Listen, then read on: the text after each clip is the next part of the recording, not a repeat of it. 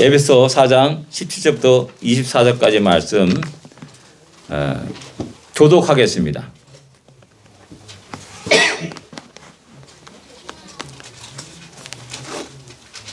제 17절 읽겠습니다. 그러므로 내가 이것을 말하며 주 안에서 증언하노니 이제부터 너희는 이방인의 그 마음에 험한 것으로 행함같이 행하지 말라. 그들의 총명이 어두워지고 그들 가운데 있는 무장과 그들의 마음이 굳어짐으로 말미암아 하나님의 생명에서 떠나 있다. 그들이 감각 없는 자가 되어 자신을 방탕에 방임하여 모든 더러운 것을 욕심으로 행하되 오직 너희는 그리스도를 그같이 이루지 아니하니라. 진리가 예수 안에 있는 것 같이 너희가 참으로 그에게서 듣고 또한 그 안에서 가르침을 받았을진데 너희는 유혹의 욕심을 따라 서로가 스스로 자르는 자들은 옛사람을 버리고 오직 너희의 심령이 새롭게 되어 하나님을 따라 의와 진리의 감각으로 예수를 받는 새 사람을 입으라. 아멘. 새 사람을 입으라라는 제목입니다. 예. 우리는 우리 주위에서 여러 가지 일어나는 모순된 것들을 볼 때가 있습니다. 그럴 때마다 분노를 합니다. 분노를 이렇게 표출하기도 합니다. 예, 공의롭지 못한 일을 또 보면서 어떤 주먹을 불끈쥐고 또 항거하기도 합니다. 그리고 사회 제도가 잘못되고 생각하여서 어떤 개혁이 필요하다, 법을 개정해야 된다, 또 국가 시스템을 바꿔야 된다라고 생각하는 경향들이 많이 있습니다. 그래서 사람들이 정치가들이 머리를 맞대고 열심히 연구합니다. 돌머리를 굴려가지고 열심히 연구하는데 안타까운 일이 한두 번이 아닙니다. 그 시대가 요구하는 합당한 국가 시스템과 사회 체제를 변화시키려고 합니다. 그러나 우리 크리스찬들은 성경은 우리에게 무엇을 말하고 있고 하나님 우리에게 무엇을 요구하고 있는지를 한번 생각해 볼 필요가 있다는 사실입니다. 성경은 거창한 국가 시스템 사회 체제를 변화시킬 것을 요구하지 않습니다. 우리 주님이 혁명을 일으키고 세우러 국민들을 백성들을 선동한 적도 없음을 우리는 잘 알고 있습니다. 언제나 성경은 우리에게 개인의 심령의 변화를 요구합니다. 오늘 본문도 우리에게 그것을 말씀합니다. 사도 바울은 새 사람을 입으라라고 말씀합니다. 오늘 한번 새 사람을 입으라는 그 말씀의 의미를 한번 또 생각해 보기를 원합니다. 17절에 보게 되면은 이방인의 행과 같이 행하지 말라라고 이렇게 말씀합니다. 그리고 이어서 17절부터 19절까지 사도 바울은 이방인의 삶의 모습을 우리에게 말해주고 있습니다. 바울이 말한 그 당시에 아마도 불신자들의 모습이라 할 수가 있습니다. 지금 현재 우리 주위에 있는 여전히 불신자들의 모습이라 할 수 있습니다. 우리는 그들과 함께 살아갑니다. 또 그들 안에서 살아갑니다. 그들과 함께 경제활동을 합니다. 삶을 공유하기도 합니다. 그러다 보면 어떤 사람은 믿지 않는 사람들, 이방인들의 삶을 부러워하는 사람도 혹가다 일어나게 됩니다. 그들이 참으로 자유롭게 생활하는 것 같습니다. 주일에 전혀 얽매이지 않고 살아갑니다. 우리는 주일이니까 교회 가야 되는구나. 좀 편하게 좀 살고 자고 싶은데 가야 되는구나 라면서. 근데 이방인들 보니까는 믿지 않는 사람들이니까 자유롭게 살아가요. 술과 담배 꺼리낌없이 마시면서 먹고 마시면서 살아갑니다. 또 마음껏 자신의 감정을 표출하면서 살아가게 됩니다. 이렇게 살아가는 세상 사람들의 모습이 참 좋은 것 같고 또 멋있는 것 같습니다. 또 마음에 나도 이제 다 훌 털어버리고 그렇게 자유롭게 살고 싶다라는 그런 생각도 들 때가 있습니다. 근데 성경은 과연 그들의 삶을 그렇게 부러운 것으로 얘기했냐라는 겁니다. 사도 바울은 이방인의 생활을 말하면서 결코 부러워할 것이 아니다는 사실을 이야기하고 있고 그들의 삶이 재미있고 즐거운 것이 아니라는 사실을 우리에게 분명하게 말씀하고 있습니다. 이방인들의 마음에 험한 것을 쫓아서 살아간다라고 말씀합니다. 험한 것, 헛된 것입니다. 보람 없는 것, 무익한 것들입니다. 이런 험한 것을 추구하는 것이 이방인의 모습이고 그들의 삶이라는 사실입니다. 험하기 때문에 아무 유익이 없습니다. 그런 것들을 추구하면서 살아가는 모든 것들, 그들 나름대로는 귀하게 여기고 열심히 여러 가지를 모으고 또 그것에 대한 보람을 느끼고 살아갑니다. 다 모았더니 다 쓰레기인 겁니다. 아무것도 아닌 겁니다. 바로 이방인들이 살아가는 삶 모습을 그렇게 이야기하고 있습니다. 또 바울은 이방인들의 삶이 총명이 어두워졌다라고 말씀하고 있습니다. 그리고 이어서 무지함과 마음이 굳어졌다라고 말씀합니다. 총명이 어두워졌으니까 자연스럽게 무지함이 나타날 수밖에 없는 겁니다. 무지함이 나타나게 그런 말 있지 않습니까? 무식함 용감하다고. 그렇기 때문에 마음이 굳어졌다라고 말하는 겁니다. 용감하다는 말이 뭡니까? 야, 진짜 용감해서 용감한 게 아니라 진짜 모르는 것도 무조건 우기는 겁니다. 남대문 본 사람하고 본제 안 사람하고 싸우게 되면 남대문 안 본 사람이 더 이기는 겁니다. 그게 바로 우리의 현실이고 이방인들의 모습이라고 말하고 있는 겁니다. 오직 자신의 주장만을 내세우게 되고 다른 사람의 이야기를 듣지 않습니다. 예, 사랑하는 젊은 남녀들이 눈에 콩깍지가 끼었을 때 이런 현상이 나타납니다. 아무것도 안 보입니다. 아무 소리도 안 들립니다. 오직 그 사람만 보입니다. 예, 그러다 보니까 이방인들은 자연스럽게 감각을 잃어버린 사람이 되는 겁니다. 옳고 그름의 그런 감각을 잃어버립니다. 그뿐만 아니라 죄에 대한 감각을 잃어버립니다. 양심의 화인을 맞게 됩니다. 우린 마음에 콩닥콩닥 해가지고 감히 행하지 못한 일들을 아주 담대하게 행하는 모습도 우리는 볼 수가 있습니다. 하나님의 의에 대해서 무감각한 자가 됩니다. 그래서 예배를 안 드려도 아무 이상이 없습니다. 꺼리낌이 없습니다. 또 오히려 더 자유로움을 느끼며 즐거움을 느끼고 살아갈 때도 있습니다. 그래서 그들을 감각이 없는 자라고 말하는 겁니다. 감각이 없기 때문에 그 다음에 일어나는 것이 뭐냐면은 자신을 방탕에 방임한다라고 말씀합니다. 그러니까 내버리는 겁니다. 자신의 소중한 시간과 기회와 모든 재능들을 내버리고 살아갑니다. 포기하고 살아갑니다.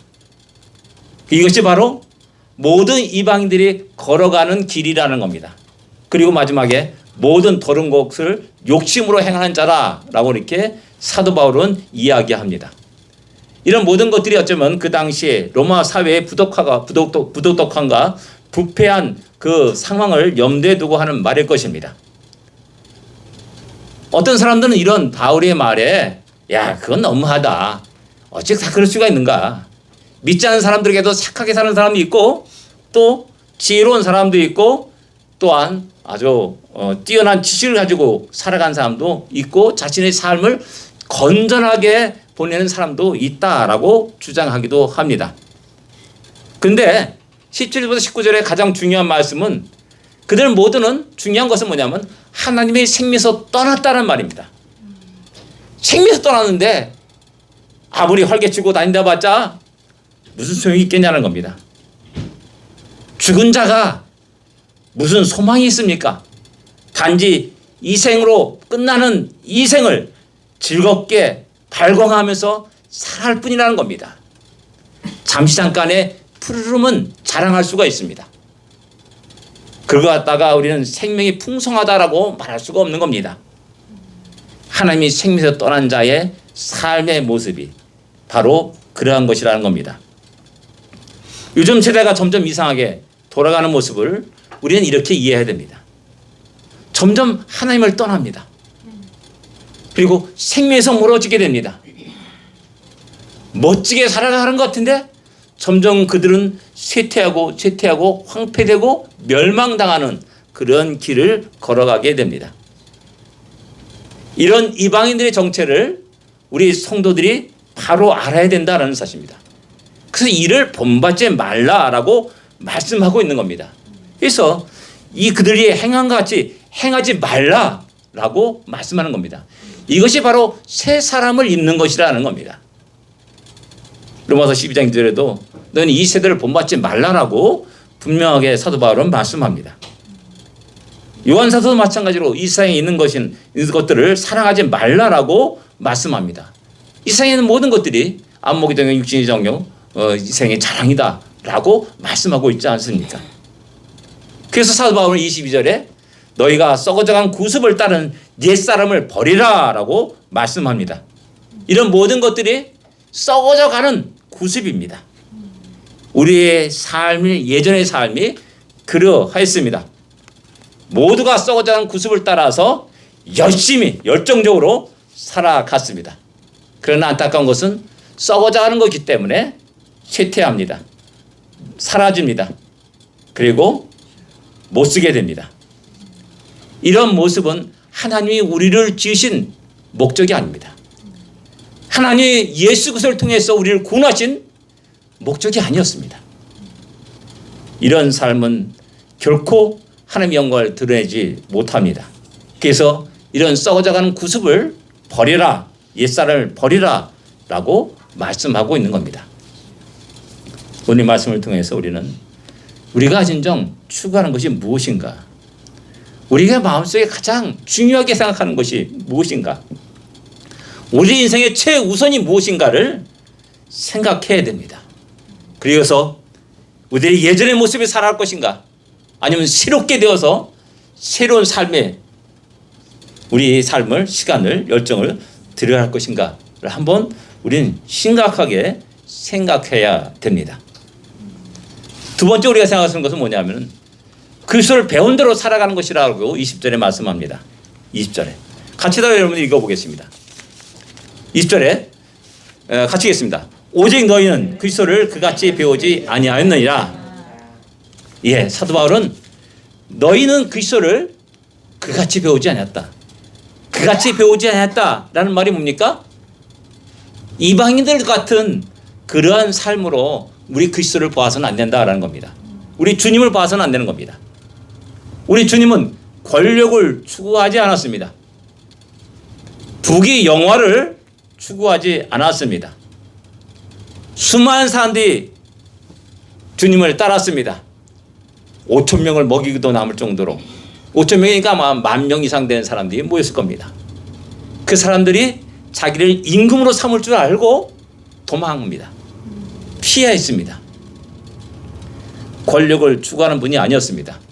세상의 지식을 추구하는 분이 아니었습니다. 부귀 영화를 추구하는 분이 아니었습니다.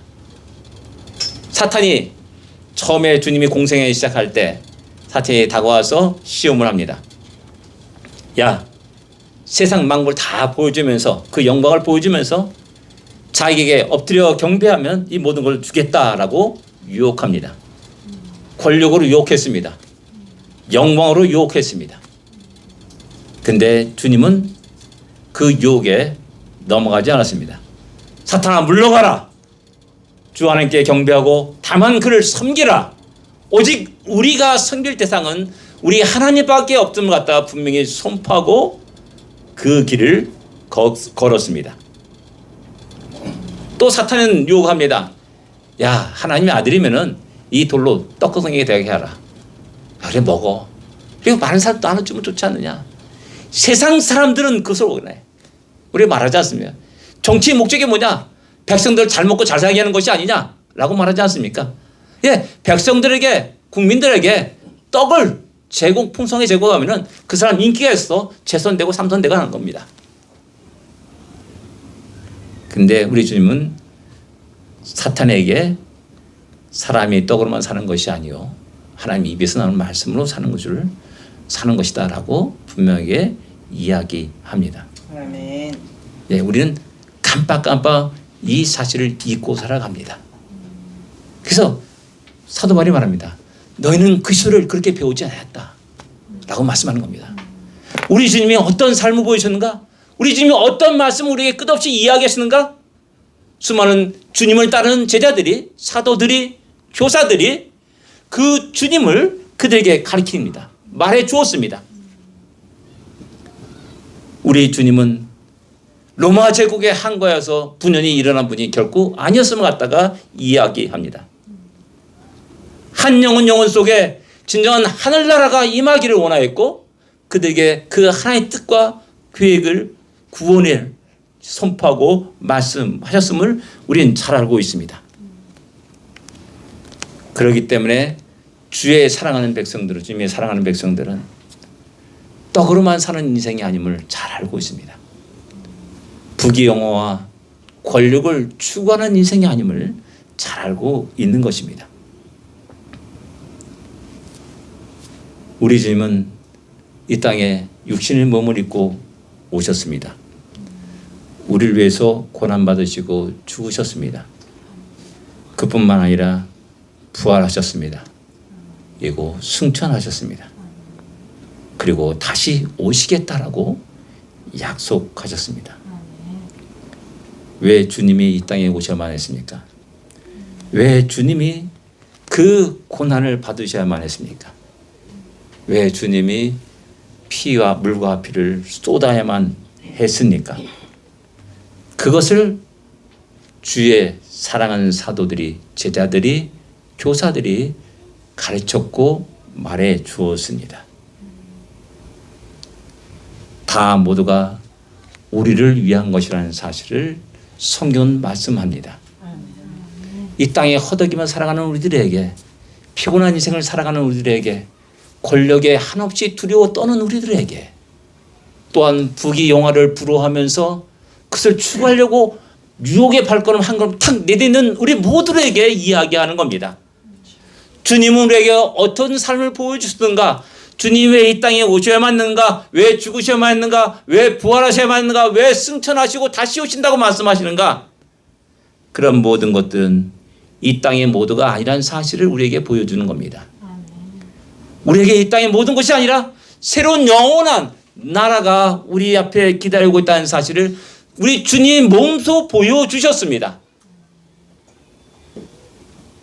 그래서 그같이 배우지 않는 사람, 진정한 성도들이라 한다면 세상을 부러워할 수 없습니다. 세상의 가치관에 동화될 수 없습니다. 정반대로 믿음으로 세상을 변화시키고 믿음으로 세상을 이겨나가는 진정한 승리자가 되는 겁니다. 이어서 21절에 사도 바울은 말합니다.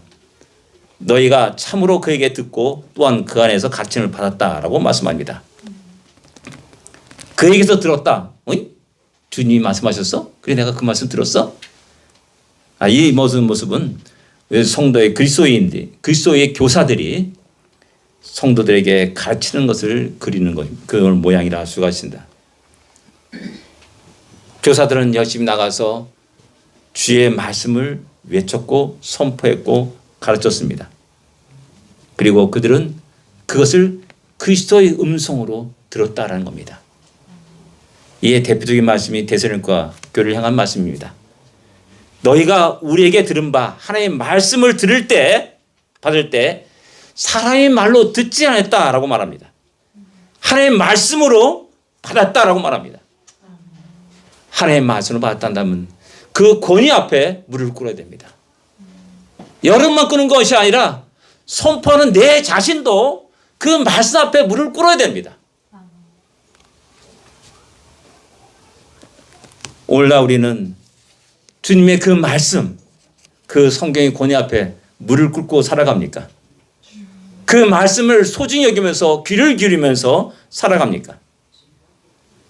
하나님의 말씀에, 명령에 우리의 삶의 제1로 두고 살아가냐라는 겁니다.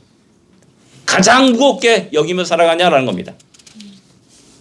안타깝게도 우리는 성도라 하면서 그리스도인이라 하면서 그렇지 못한 모습을 보일 때가 많이 있습니다. 그래서 끝없이 사도 바울은 우리에게 이야기하는 겁니다. 새 사람을 입으라. 새 사람을 입어라. 하나님의 말씀과 명령에 따라서 살아가라. 라고 끝없이 우리에게 이야기해 주고 있는 겁니다. 제가 늘 얘기하지 않습니까?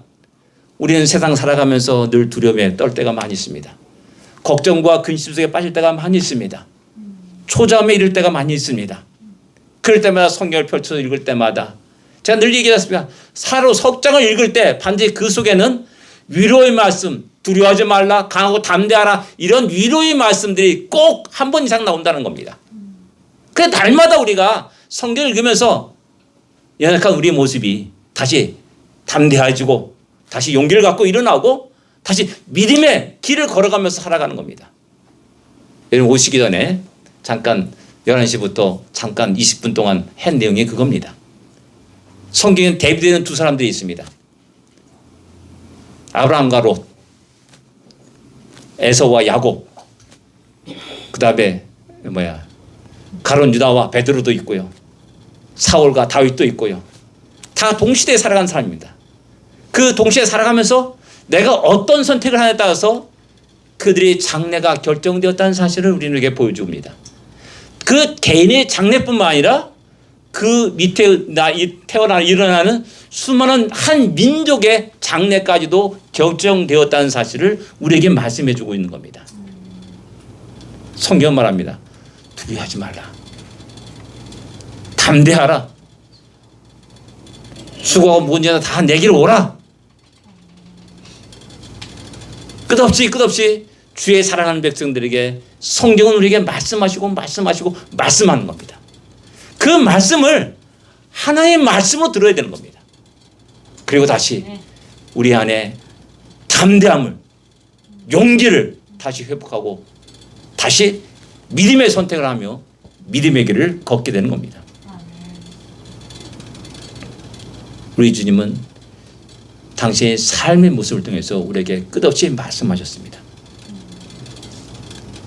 친히 제자들의 발을 씻기면서 너희도 이같이 하라라고 말씀하였습니다. 섬기를 받으는 자가 아니라 섬기러 왔다라고 당신이 오신 목적도 말씀하셨습니다. 이렇게 주님을 배운 사람이 어찌 다시 이방인들을 부러워하는 어리석은 삶을 택할 것이냐는 겁니다. 어떻게 옛 구습 그대로를 버리지 못하고 간직하면서 그 길을 걸어갈 것이냐는 겁니다. 육신이 조금 피곤하고 아프다고 해서 어떻게 영원한 하늘나라를 포기할 수 있냐는 겁니다. 견디기 어렵고 힘들다고 해서 어떻게 사탄의 유혹에 협박에 굴받고 넘어갈 것이냐는 겁니다. 우리 주님은 능히 우리를 승리케 하시는 분이십니다. 아멘. 우리를 인도하시는 분이시고 우리와 함께 하시는 임마누엘의 하나님이십니다. 아멘. 이스라엘 백성들을 출애굽하여서 가나안 땅에 이르기까지 그들을 인도하셨듯이 우리의 모든 삶을 그렇게 인도하실 것이라는 겁니다. 아멘. 근데 왜 우리는 자꾸만 다른 곳을 봅니까? 왜 엉뚱하게 다른 곳을 추구하며 살아갑니까? 왜 자꾸만 다른 길로 걸어가려고 합니까? 우리는 성경에서 말씀하신 대로 주님이 우리에게 본을 보이신 그대로 우리의 삶을 들여가야 됩니다. 아멘. 세 번째 우리가 생각하는 것은 그리스도인의 거룩한 삶이 새 사람이 있는 것이다 라는 겁니다. 거룩이란 단어가 나옵니다. 24절에 거룩. 이 거룩이란 단어는 성경에서 끝없이 우리에게 하나님 말씀하시는 그런 귀중한 단어를 알 수가 있습니다. 내가 거룩하니 너희도 거룩하라 라고 우리 하나님은 말씀합니다. 이스라엘 백성들에게 말씀합니다. 하나님이 임재한 그것을 거룩한 땅이라 라고 말하면서 여호수아에게 모세에게 너의 발을 신을 벗어라 라고 명령하십니다. 하나님이 이스라엘 백성들에게 기업으로 친 그 땅, 가나안 땅을 거룩한 땅이라고 말씀하셨습니다. 이스라엘 민족을 거룩한 백성이라고 하셨습니다. 그리고 또한 이 안식일을 거룩하게 지키라라고 말씀하셨습니다. 거룩은 분리되었다는 의미입니다. 다른 것과 분명히 차이가 있어야 된다는 겁니다. 세상 것들과 세상 사람들과 분명히 어떤 구별되는 모습을 보일 것을 우리에게 요구하고 있는 겁니다. 성도다움을 드러내면서 살 것을 말씀하고 있는 겁니다.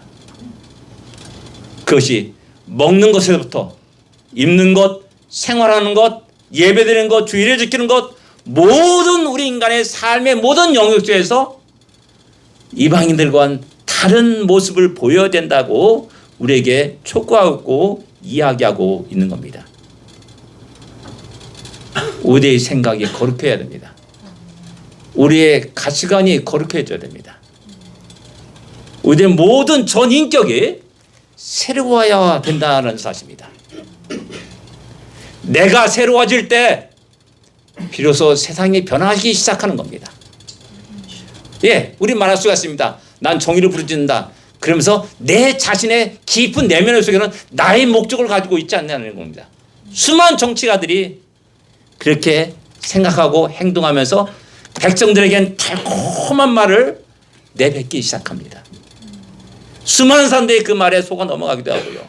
그래서 또한 그 결과 큰 고통의 시간들을 지낼 때도 많이 있습니다.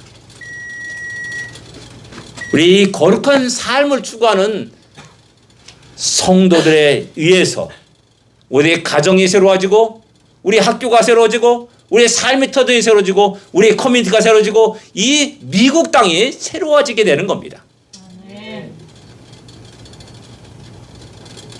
제가 유튜브를 잘 봅니다. 그것 때문에 맨날 우리 집사람한테 핀잔을 받기도 하는데 유튜브 보다 보니까 사무엘 무어라는 사람의 짤막한 영상이 나왔습니다. 이 사람은 북장로교에 우리나라 파송된 구한말에 파송된 선교사입니다. 그분의 기록을 소개하는 내용입니다. 한국 여자들은 결혼한 순간부터 불행하다. 그분의 기록입니다. 남편은 아내를 하대하고 아내는 어떠한 말을 듣든지 존경하는 말을 할 수밖에 없고 그 다음에 남자들은 떡하니 상을 딱 펼치고 밥을 먹고 여자들은 저 부엌에 흙바닥에서 앉아서 밥을 먹는다.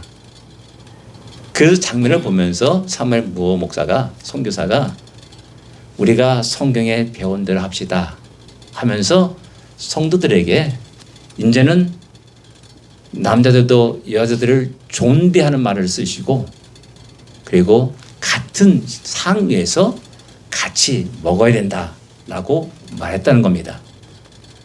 근데 여자들이 가만히 있는 겁니다. 아무 말도 없어가지고 아니 여러분들 싫습니까? 그건 예전 그대로 그렇게 하는 게 좋습니까? 했더니 어떤 여인이 손을 들고 하는 말이 뭐냐면 너무나 기뻐가지고 가히 말할 수 없었다라고 말하는 겁니다. 예, 우리가 성경에 배운 대로 행하였더니 30년에 40년에 100년에 대한민국이 이런 모습이 된 겁니다.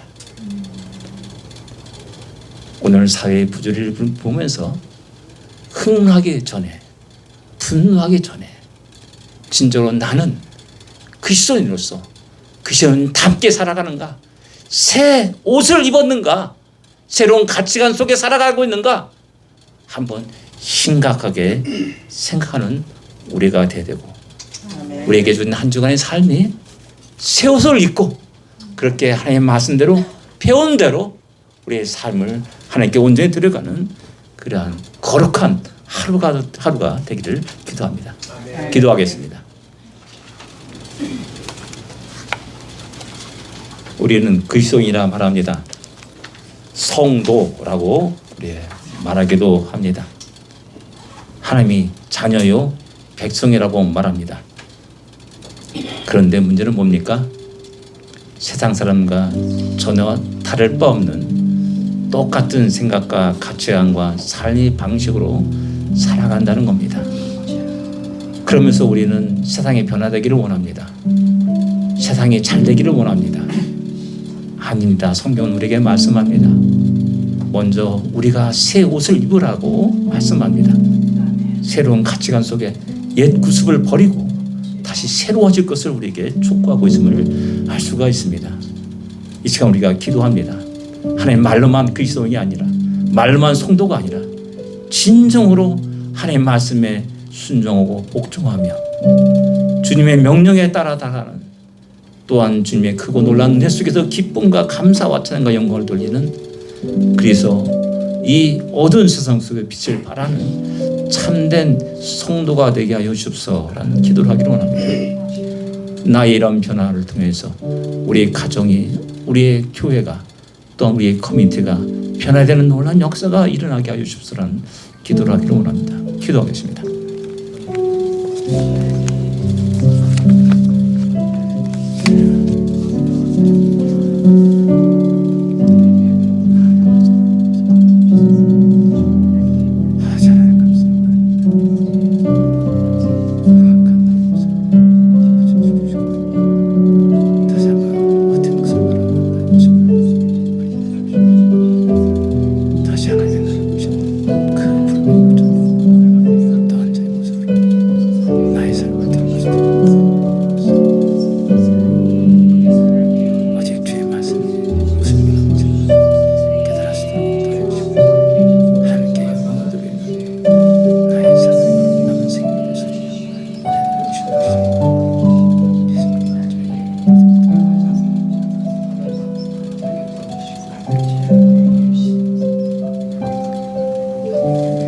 하나님 도와주시옵소서.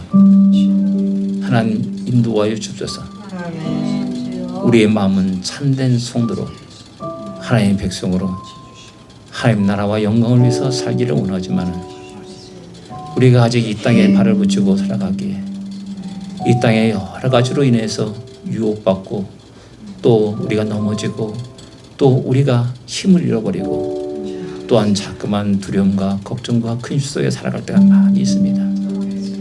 다시 우리가 눈을 들어 주님을 바라보니 우리의 손을 붙잡아 일으켜 세워주십시고 다시 한번 성도로서 성도답게 아버지와 살아갈 수 있도록 인도하여 주십시며 다시 한번 우리가 온전히 새 옷을 입고 힘있게 믿음의 길을 걸어갈 수 있도록 하나님 늘 언제나 우리에게 힘을 주시고 용기를 더하여 주시고 우리의 발걸음과 늘 함께하여 주시옵소서.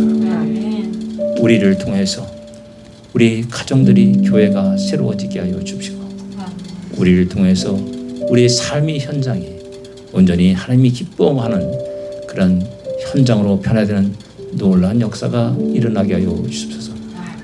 예수님으로 간절히 기도드립니다. 아멘.